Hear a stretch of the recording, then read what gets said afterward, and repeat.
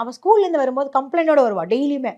அவ இது பண்ணிட்டா அது அவ நல்லா சொல்ல இருக்குல்ல கேட்க. ஆரம்பிக்கும் போது எப்படி ஆரம்பிப்பானா, அது 2 வார்த்தைக்கு மேல 3வது வார்த்தையெல்லாம் அந்த குழந்தைத்தனத்துக்குள்ள போகும்.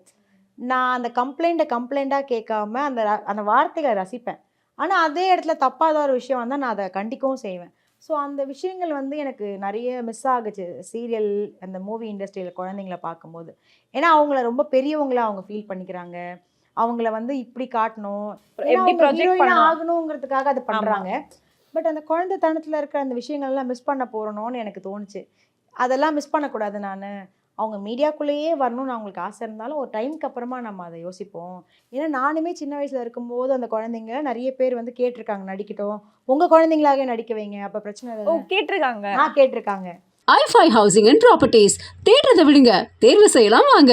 கால் 9962 557 557.